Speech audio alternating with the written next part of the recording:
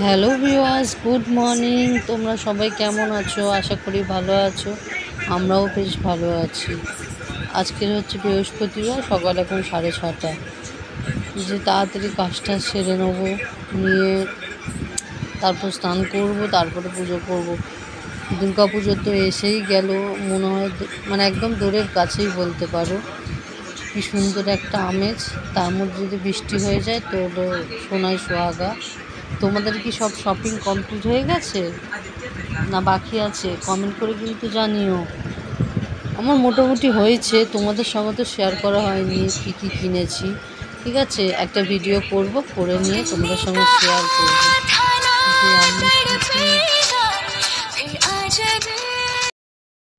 ছেলে আবার এনসিসি থেকে তোমার ডিউটি করবে প্যান্ডেলে।